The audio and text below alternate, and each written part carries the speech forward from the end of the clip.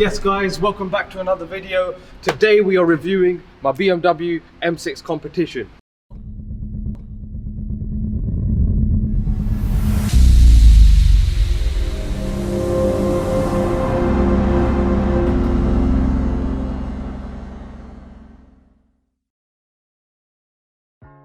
So this is the competition package, which is very different to the normal standard package. This comes with a 4.4 litre V8 twin turbo. So like a 4.4 isn't powerful enough, they've also gone and bolted two turbos, big ones actually, to the side of, or in fact the front of it, which I'll show you in a second. This is a Grand Coupe as well, so it has two extra doors, some extra seating in the rear as well, a lot more space in the rear. These come with the diamond cut 20-inch alloys as standard, and as you can tell from the concave at the rear, they really have to be extra wide compared to the standard model because it is holding a lot more power than the standard model. Now as you can see, these super concaves look absolutely amazing. I don't think I'd end up changing them. They look wicked. Even in this color diamond cut, look absolutely amazing. But the reason why they come as standard on this model compared to the standard model is because of the size of the brakes. Now if you go to the front, you'll see. So if we come to the front, you can see the size of these brakes. There's literally no clearage. These 6-pot calipers are holding some serious braking power. Obviously it needs to be because of the power is pushing this car is so much, you know, it needs to be stopping it. Plus just under 2 tons. It's not a light car at all either. So it's got a lot of technology inside, which I will run through with you. It's got a lot of technology on the outside as well. It's got 360 cameras all around. That's one of the extras that I had to have. If you come around here, you can see these headlights as well. These BMW active LED laser headlights, which is an extra option that gives you about 80 to 100 meter extra distance for you to be seeing on the road, just in case of funny conditions, foggy conditions and anything like that. And the adaptive LED headlights means that if anybody is oncoming the other way, it will dip that side just to make sure they don't get blinded, which is a really cool feature. Plus if you come around to the front, I've actually changed these grills to black. These were actually silver before, or chrome, which were original. A few bits and bobs that I still need to do with this car, which I will explain to you guys as well. So if you look at the tints as well, I've just got the car tinted at the front, at the rear, and obviously the main rear as well. This comes standard with the carbon roof, real carbon by the way, as you can hear from that. So this comes standard with the carbon roof to keep the center of gravity low, so there isn't any extra weight towards the top end. The only extra weight here is obviously these pillars, these door pillars as well, which is absolutely wicked. It still keeps the car's center of gravity really low to the ground, so it can handle the best it can actually handle. If you come around to the back, this comes also standard with these extra wider exhausts on the competition, and plus this also very small carbon rear diffuser, which I'm also changing, and my new rear diffuser is actually on its way, which is a wicked rear diffuser by Vorsteiner themselves. So it's actually being shipped over from Vorsteiner. It's on its way here right now. I've got a couple of other parts and I'm still waiting for other parts as well. So I've bought my downpipes, they've already arrived. I haven't fitted them to the car yet. They're catless downpipes and they are absolutely amazing. They really allow the engine to breathe a lot better, a lot easier, allow the exhaust gases to flow out of the turbo so much better and easier to give it the extra flow and the extra horsepower. Plus I'm also waiting on my intakes to arrive as well. So once that arrives, I can put them both on together and send it into Wrench Studios for a stage 2 remap on this car. And this is going to be very fast. I'm definitely going to need to change the tires as well, because especially in these wet conditions, in fact even in dry conditions, it spins out like no man's business. And when we go out for a drive, you'll feel it yourselves that, you know what, traction just keeps kicking in 24/7. So I'll go for the wider rear setup, Michelin Pilot Sport 4S's, which has been recommended to myself for this car, especially with this amount of power. So if you see this car, it's actually got keyless entry as well. So like I said, when it comes loaded with extras, I really meant it. So these handles have keyless entry. I can just walk up to the car, put my hand here, open the door. If I do really want to lock it as well, I just tap this button and it's absolutely and completely locked. So let's take a look at the inside and then let's go for a drive.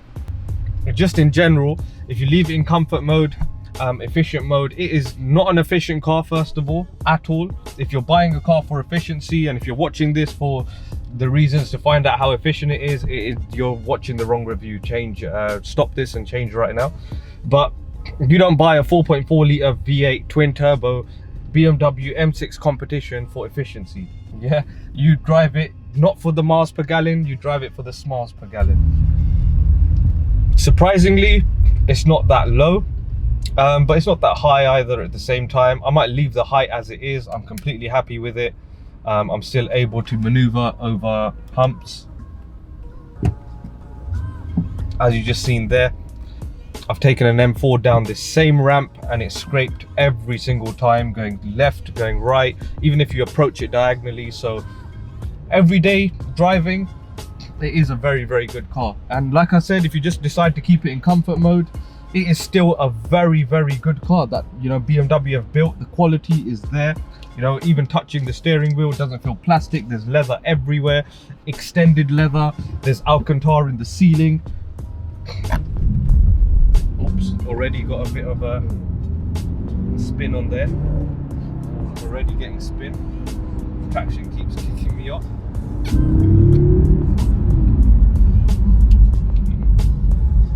Literally pulls you. And I'm still in comfort mode, by the way.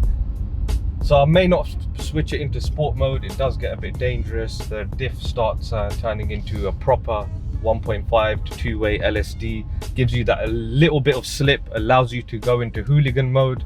But since we're on the UK roads, we aren't able to go into hooligan mode at the moment, and it's wet like I mentioned. But yeah, daily drivability, absolutely wicked car. I cannot complain. Maybe the only issue I've had is the size of the car and the turning circle. Other than that, you know, it's a very, very nice car to drive every single day, even, you know, at slow speeds like right now. Absolutely comfortable. I have no issues, even stop starting or in traffic. Wicked car. It's even got stop start. Sometimes I leave it on, sometimes I don't. It doesn't really bother me, to be honest. But yeah, very, very nice car. Really nice car to drive, you know, even at low speeds, like I said. So yeah, let's take it on a bit more open road. We're currently just in a bit of traffic in London. That's what it's like here. But we decided to live here, so we can't complain. Few other issues I've had is these look like they're from 1990.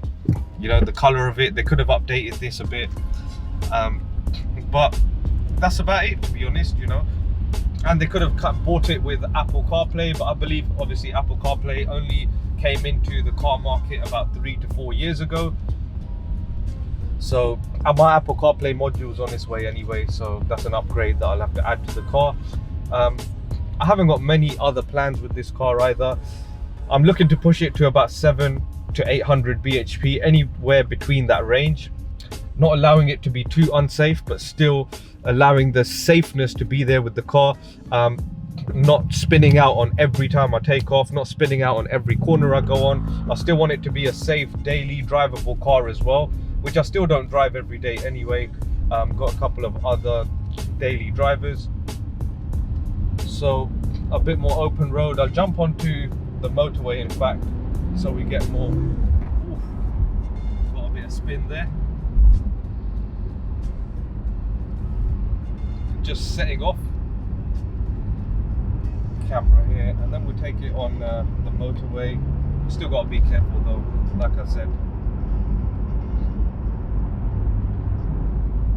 Another thing about this car is you do have to think twice when you're putting your foot down and turning at the same time, because things can go really sideways, like pun intended, really sideways with a click of a finger. And if you're not alert driving this car, you probably will have had it. I know a few people who have got this car as well. They've spun it. I'm very used to rear-wheel drive cars as it is, so it's okay with me. But still, this does catch me out by surprise randomly, and I still have to catch the car back in myself. Otherwise, it would have just spun out and just left me gone.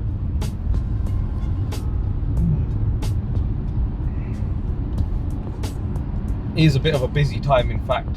that we are shooting. 17:30, which is 5:30 p.m. It's a bit of a wet day, so there will be a hell of a lot of cars on road. It's rush hour as well. We'll still do our best and see what we can get out of this as well. But we'll also do, in fact, smash the like button and comment if you do want us to take this out on a very dry day on some windy roads in the countryside. Going past Audi.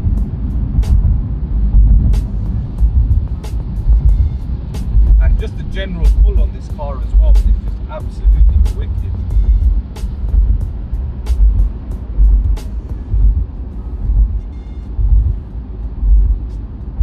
The pull on this car, the torque, you can feel it even at low revs. I don't think these are standard hybrid turbos, but they definitely are still spooling up at very, very low RPMs, so they pretty much feel like hybrid turbos. Am I going to upgrade to hybrid turbos later on? I'm not too sure. Let's first get into the stage 2 position, where it's pushing out just over 700-ish. Once we put on the red or the downpipes and the intake pipes, get it tuned up. Wrench Studios, Wrench Source, only place I'm going to get the car tuned from all day, every day. Wrench Studios. They really know how to build some serious beasts. And by the way, this ain't promo. I still have to pay them for the whole revamp of the job.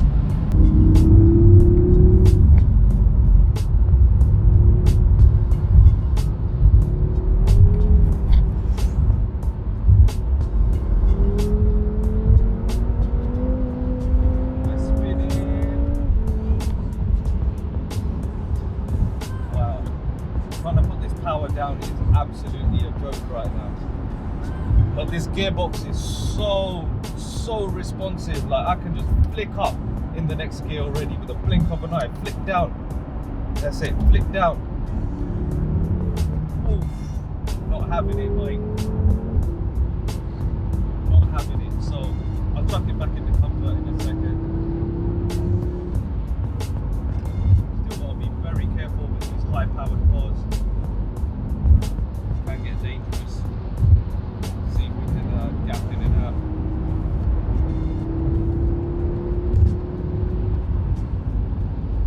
And I'm really not giving it all right now because of the weather.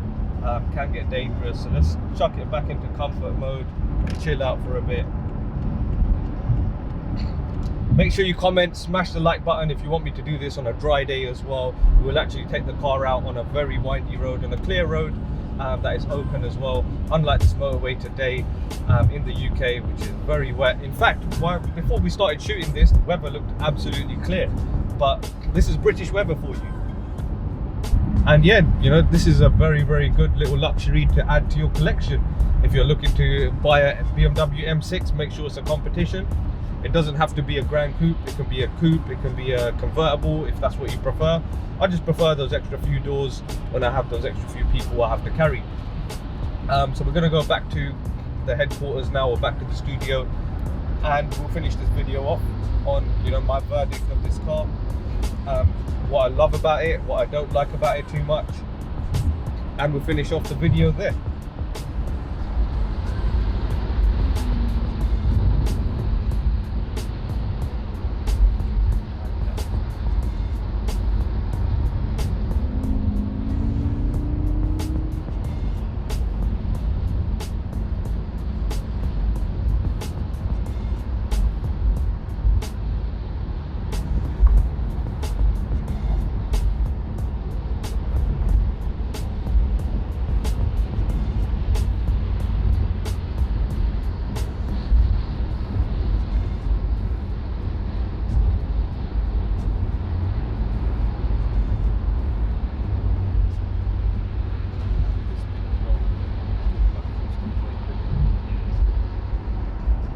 So another thing I love about this is the adaptive cruise control. It is wicked. It would never allow you to hit the car in front of you as well. It's adaptive, so it measures the road, it measures the car in front, and then it starts braking and adjusting your speed based on the car in front of you as well. Plus it's got lane assist. It's not on at the moment, I've turned it off because sometimes it does keep pulling you back in too hard at times, but I still love that part of the car as well, the lane assist. But the adaptive cruise control is absolutely wicked. you know, picks up speed quickly, drops down speed quickly, doesn't brake too harshly when there's a car in front, and it's adjusting to the speeds. Very, very nice car that BMW have built. But what I've noticed about BMW is the quality throughout the whole range of cars. In fact, whether you jump in M6 Competition, whether you jump in a 1 Series diesel, the quality of what you're driving is all there. Whereas when it comes down to Mercedes, you could be driving an A-Class and then jump in an S-Class afterwards, and you can feel the difference straight up. Yeah, but with these cars you really can't. The quality is there throughout, from the 1 Series all the way through the 8 Series, through the X drives as well. They're all high quality of standard cars, you know, no matter what you jump into. Only other company I can say that about the 3 main top German companies is Audi. You know, you can jump in an A1 and it is a very good car. You can jump in a SQ7, RSQ7, it is still a very good car. Whereas Mercedes, like I said, you can have an A-Class and then jump into an S-Class. It's completely different, absolutely different. It's like they've saved costs, whereas, you know, BMW don't really save costs on the lower end. On the higher end, they go all out. You know, this steering wheel to hold is very nice. It's leather. I'll be changing this as well to Alcantara very soon, carbon as well, and Alcantara. I just like the Alcantara, feels a lot nicer on your hands. It's just a lot better to grip as well. But Alcantara will get dirtier quicker, which is another form of suede basically, if you don't know what Alcantara is.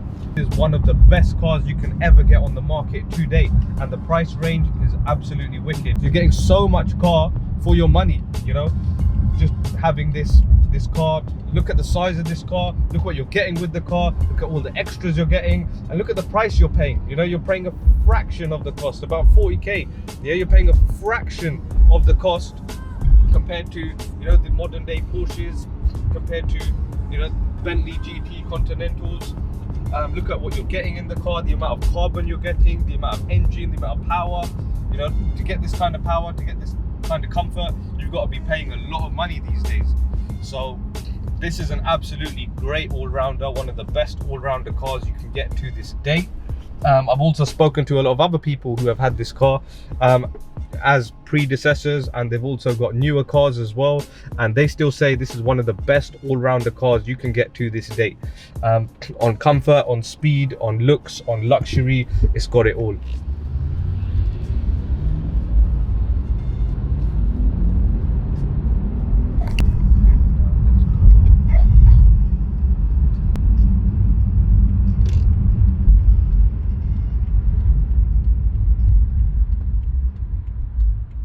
Like I said, this is a 4.4 litre V8. The engine fan is still running because we've just been flooring it a little bit. In fact, not even that much. The engine fan still runs anyway.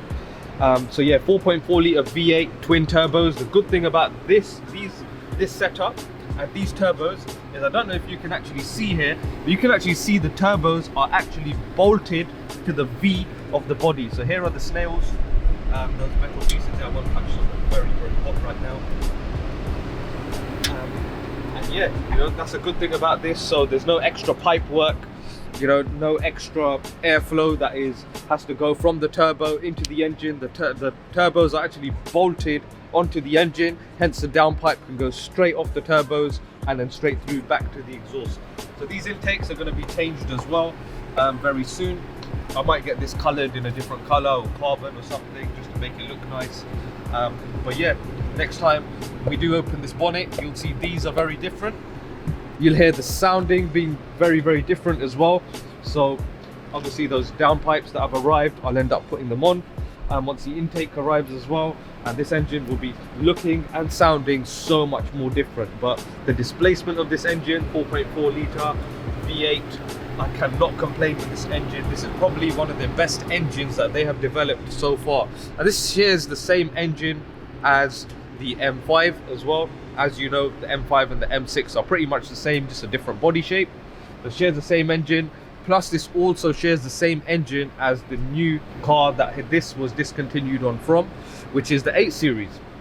So the 8 Series, this is, like I said, had been discontinued. The 8 Series is now taking the 6 Series' place. Will we see another 6 Series later on? I don't know. Drop it in the comments if you hear some rumors. But yeah, this also shares the same engine as the M8 as well, M8 Competition, just slightly tuned up with a little more power, the M8. Plus the new M8 also has 4-wheel drive.